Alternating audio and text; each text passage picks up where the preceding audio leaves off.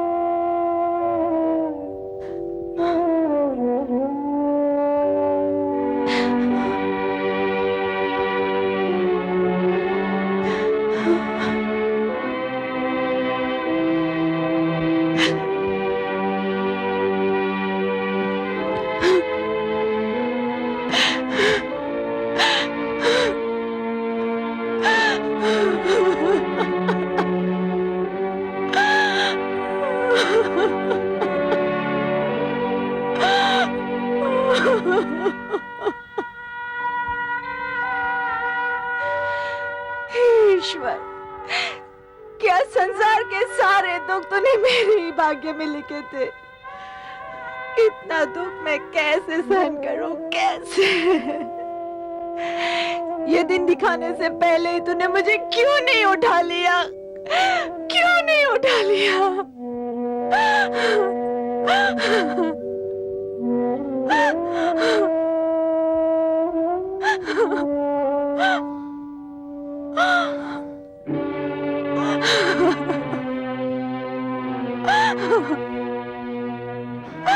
पुत्रवधू, धैर्य रखो, धीरज रखो पुत्रवधू। कैसे धीरज धरो ताया श्री, कैसे? एक ही दिन में मेरी मांग का सिंदूर मिट गया और मेरी आंखों का तारा भी छिन गया। हे आकाश, क्या कभी तेरी आंखों ने ऐसा निर्मम अत्याचार देखा था? हे धरती, क्या कभी तेरी छाती पर दुख का ऐसा पहाड़ टूटा था?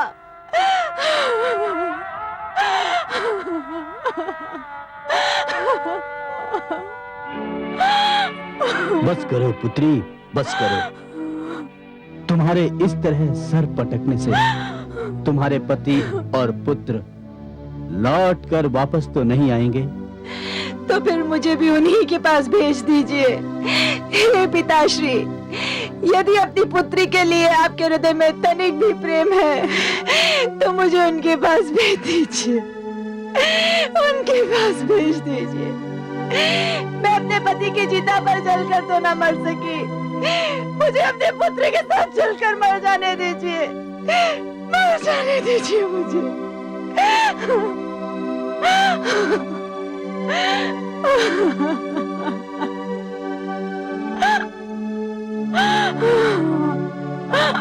बस करो पुत्री, बस करो। तुम्हारे दुख ने तो धरती आकाश को हिला कर रख दिया। मैं शिष्य विरोचन को बचा नहीं सका, क्योंकि जो कुछ हुआ मेरी अनुपस्थिति में हुआ। मेरे पहुंचने पर यदि विरोचन का शव मेरे समक्ष होता तो मैं संजीवनी मंत्र से उसे जीवित कर देता। परंतु कायर इंद्र ने उसके शव को भी जला दिया।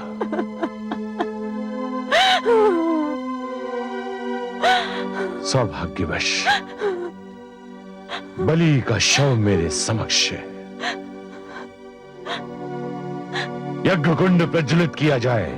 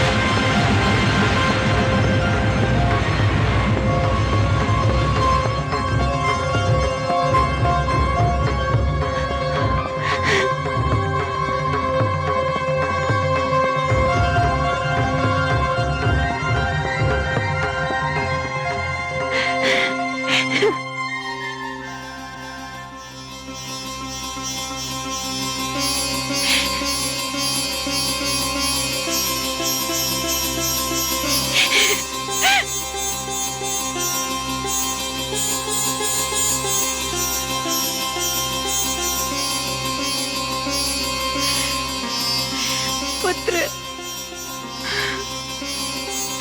पुत्र।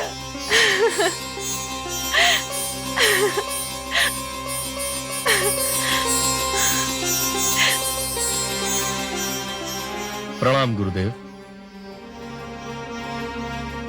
गुरुदेव, ये जीवन आप ही का है। आप मुझसे जो चाहे मांग लीजिए। मेरा ये जीवन भी। ये जीवन मांगना होता तो मैं तुम्हें देता ही क्यों?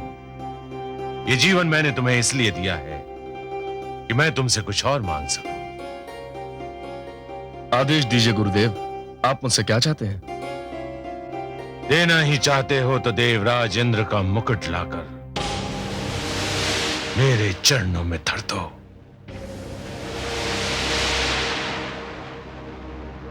जो आज्ञा गुरुदेव। रुक जाओ।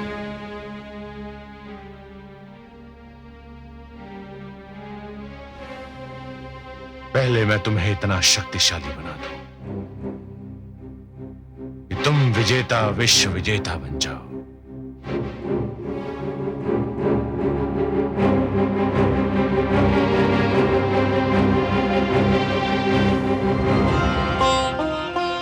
देखा आपने महादेवी, देखा विवेक और संयम से कार्य ना लेने का परिणाम। न जाने देवराज को क्या हो गया है। अच्छी भली शांति छाई हुई थी तो उन्होंने पौत्र विरोचन की हत्या कर दी, वो भी धोखे से। अब बलि उनका शत्रु हो गया है।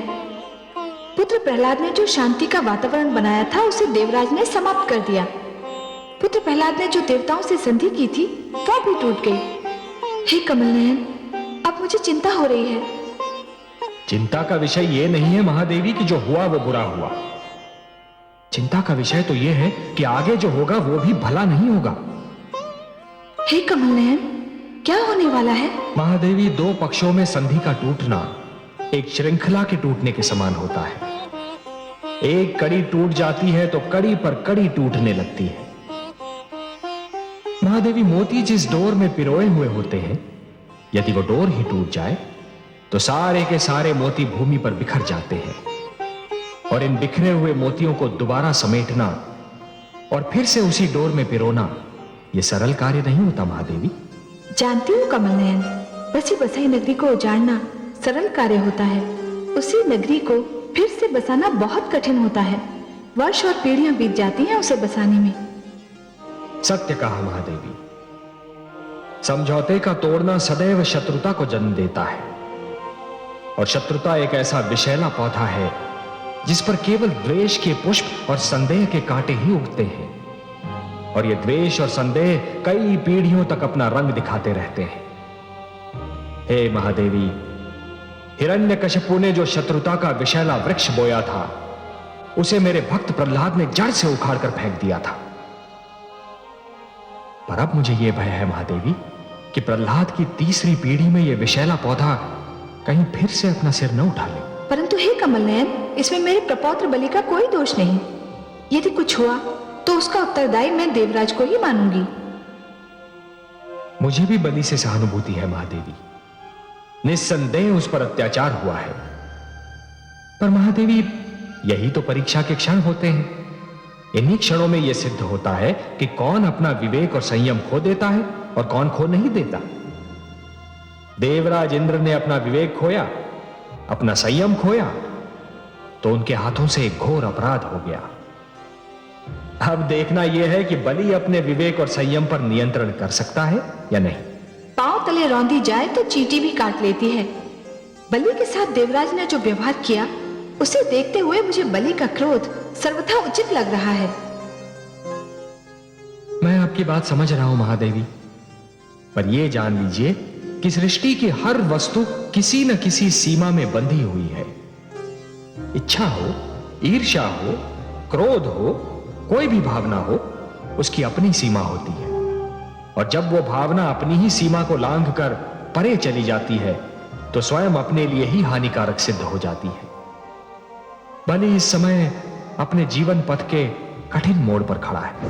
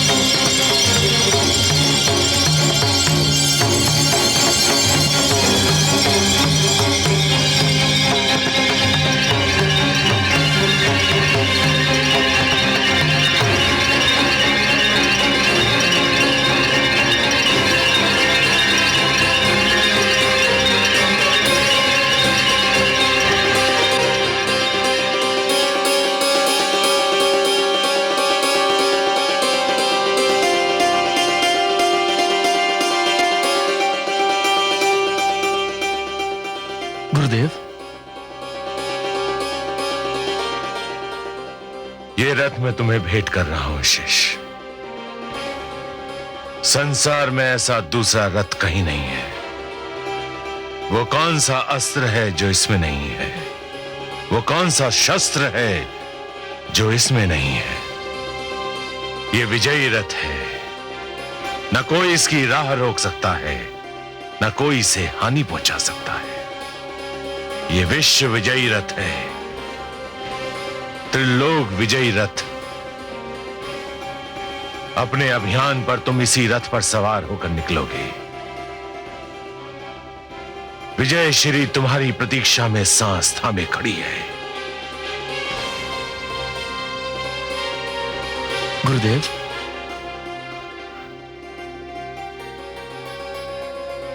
विश्व विजयी भव शिष्य, विश्व विजयी भव।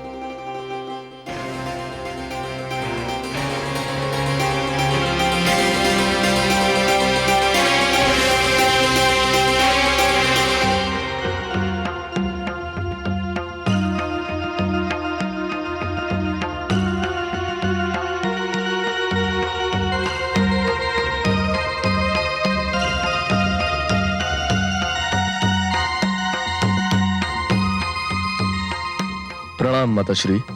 आयुष्यमान भव पुत्र। ओम सर्वमंगल मांगल्ये शिवे सर्वार्थ साधिके शरण्ये त्र्यंबके गौरी नारायणे नमस्ते। आयुष्मान भव। तुम्हारे सिर पर राजमुकुट रखने का शुभ कार्य तुम्हारे पिता सम्राट विरोचन को करना था, परंतु मुझे खेद है ऐसा नहीं हो सका। किंतु गुरु भी पिता के समान होता है। मैं दैत्यों का कुल गुरु हूं। मैंने दैत्यों की कई पीढ़ियों को शिक्षा दीक्षा दी है। इस दृष्टि से मैं दैत्यों का पितामह हूं। और आज इस राजमुकुट को पहनाने का शुभ कार्य मैं स्वयं करूंगा।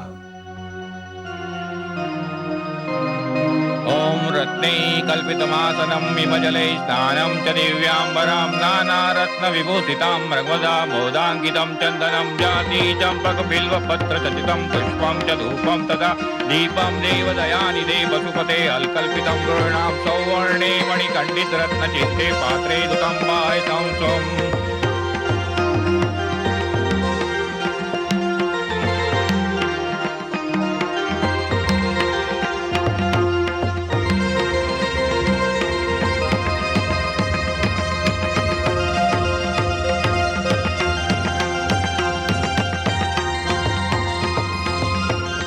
परंपरा है कि सिंहासनारूढ़ होते ही सम्राट कोई वक्तव्य देता है जो उसकी नीति की घोषणा के समान होता है।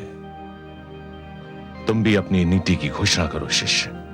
घोषणा नहीं गुरुदेव।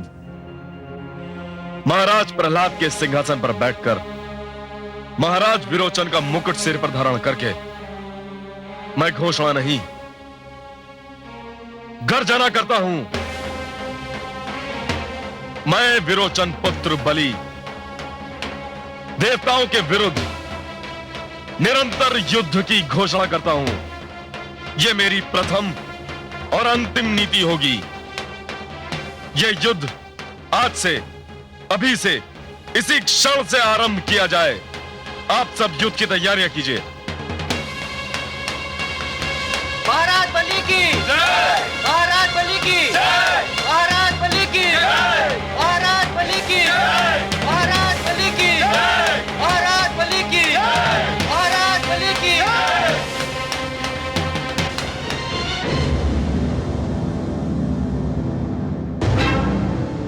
आक्रमण!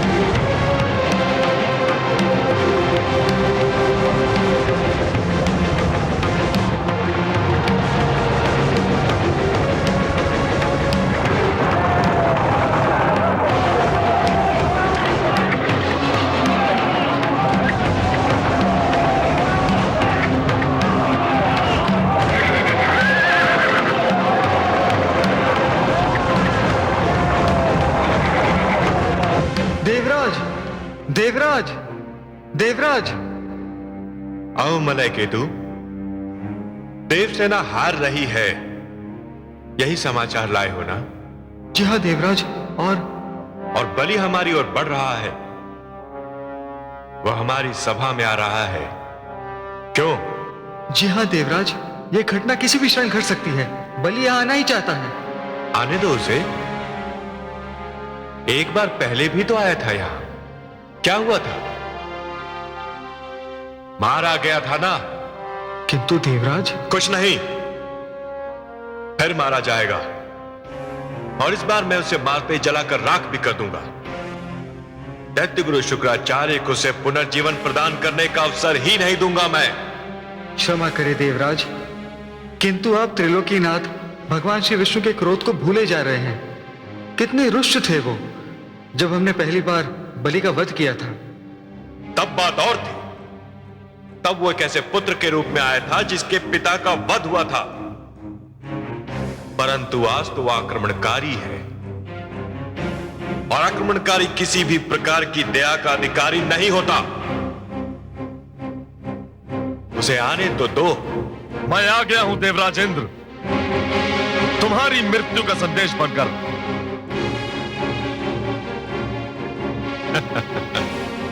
मृत्यु का संदेश? तुम कुछ भूल रहे हो दुस्साहसी बालक। मैं कुछ नहीं भूला हूं इंद्र। मैं जानता हूं कि तुम देवगण अमृत पान कर चुके हो, अमर हो चुके हो, मर नहीं सकते हो। यही कहना चाहते हो ना तुम? जानते हो तो ऐसी मूर्खता की बातें क्यों कर रहे हो? जो अमर हैं, जो मर नहीं सकते, उनकी मृत्यु का संदेश कौन बन सकता है? जानता हूं देवराज इंद्र, भली भांति जानता हूं कि ना तुम मर सकते हो और ना ही कोई तुम्हें मार सकता है। परंतु कायरों के कायर इंद्र, मैं तुम्हें और तुम्हारे इन दासों को, जिन्हें सब चाव से देवता कहते हैं, जानते हो कहां पहुंचाऊंगा? हाँ हाँ बताओ, बताओ ना, कहां पहुंचा सकते हो तुम? वहां देवराज इंद्र जहां तुम्हें तुम्हारा जीवन नर के समान लगेगा। उस स्थिति में जहां तुम मरना चाहोगे, किंतु तुम्हें मृत्यु नहीं आएगी, क्योंकि तुम अमर हो ना।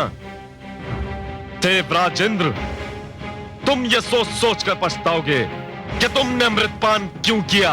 रुक जाओ बलि, सावधान। सावधान इंद्र।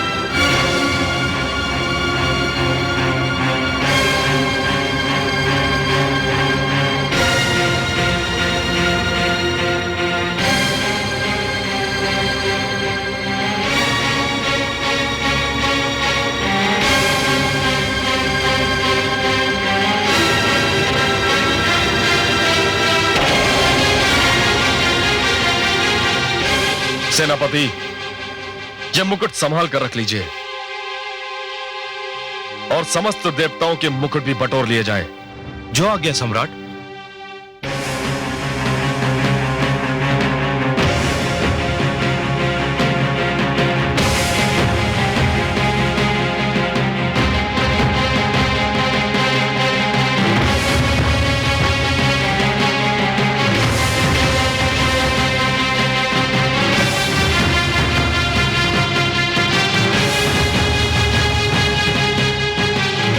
इन बंदियों के लिए क्या आदेश है? इन्हें कारागार में डाल दिया जाए? नहीं,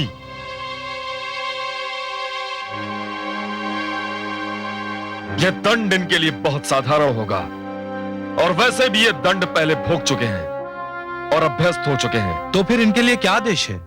इन्हें देवलोक से निकालकर भटकने के लिए छोड़ दिया जाए। अब ये देवलोक में नहीं रहेंगे और पाताल लोक में यूं भी इनके लिए कोई स्थान नहीं है।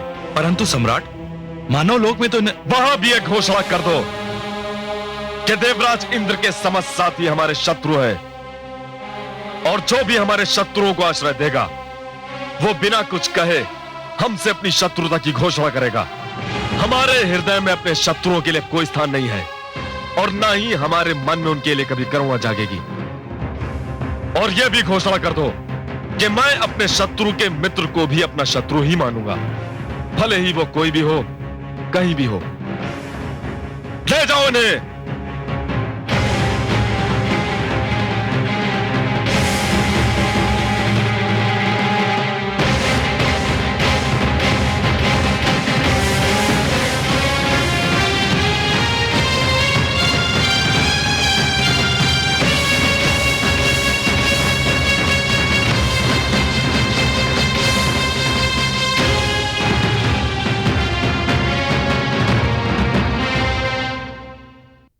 गुरुदेव, गुरुदेव, गुरुदेव, गुरुदेव,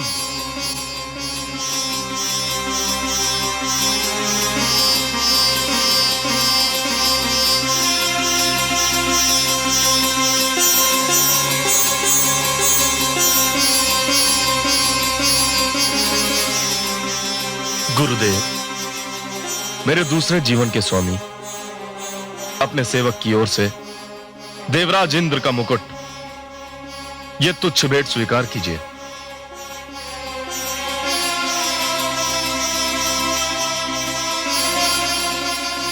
धन्य हो शिष्य, तुम धन्य हो। गुरुदेव, आपने केवल मुझसे देवराज इंद्र के मुकुट की मांग की थी, परंतु मैं आपके चरणों में समस्त देवताओं के मुकुट अर्पित करता हूं।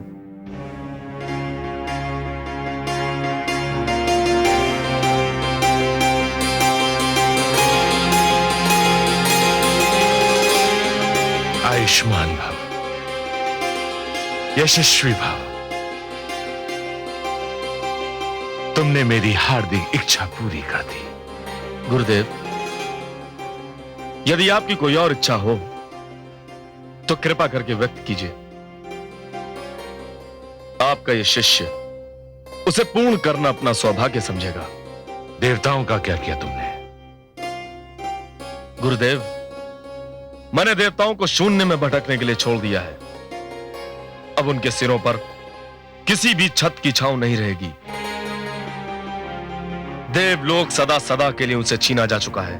बस इसी स्थान पर मेरे मस्तिष्क में शंका सिर उठाने लगती है। अर्थात गुरुदेव? देवलोक तो उनसे पहले भी छीना जा चुका है। तुम्हारे पितामह हिरण्यकश्यपु ने इंद्रासन प्राप्त कर लिया था, इंद्रलोक पर अपना आधिपत्य जमा लिया था, परंतु तुम्हारे दादा श्री प्रहलाद ने उसे देवताओं को लौटा दिया था। कहीं ऐसा ना हो कि तुम या तुम्हारी अगली पीढ़ी एक बार देवलोक देवताओं को वापस लौटा दे। गुरुदेव, जहां तक मेरा प्रश्न है, मैं ये प्रण करता हूं और आपको ये वचन देता हूं कि मैं देवलोक कदापि देवताओं को नहीं लौटाऊंगा। और रही बात मेरी पीढ़ी की, तो मैं ये घोषणा करता हूं कि देवलोक देवताओं को लौटाना है या नहीं, यह अधिकार केवल आपका रहेगा। देवराज सहित समस्त देवताओं के मुकुट दैत्य गुरु शुक्राचार्य के चरणों में देखकर आपको अवश्य दुख हो रहा होगा। है भी दुख की बात। महादेवी, मुकुट तो केवल वैभव के प्रतीक होते हैं, उनका इससे अधिक कोई महत्व नहीं होता। सत्य पूछिए तो देवताओं के मुकुट उतरते हुए देखकर दुख कम हुआ। दुख अधिक इस बात का है कि केवल एक भूल के कारण देवराज इंद्र और समस्त देवताओं के सिर झुक गए। हे महादेवी, जिस प्रकार चरित्र की हानि धन की हानि से अधिक बड़ी दुर्घटना होती है, उसी प्रकार देवत्व का अपमान देवताओं के अपमान से अधिक बड़ी दुर्घटना है। देवराज इंद्र ने जो कुछ किया, उससे समस्त संसार की दृष्टि में देवत्व का मान घट सकता है, और मुझे दुख इस बात का है। सबको अपने कर्मों का फल तो भोगना ही पड़ता है, यही विधि का विधान है। सत्य पूछिए तो देवराज के पतन का दुख किसी को भी नहीं होगा। पर मैं तो माता हूं, इसलिए हर माता के दुख से व्याकुल हो जाती हूं। कहीं आपका संकेत देव माता अदिति की ओर तो नहीं? आप जान गए कमल नयन। हाँ, यही बात है। मैं जानती हूं कि अपने पुत्रों की ये दुर्दशा देखकर देव माता अदिति व्याकुल हो उठेंगी। पुत्रों का दुख सबसे सहन हो सकता है, परंतु माता से नहीं। अदिति की व्याकुलता का विचार ही मुझे व्याकुल कर रहा है।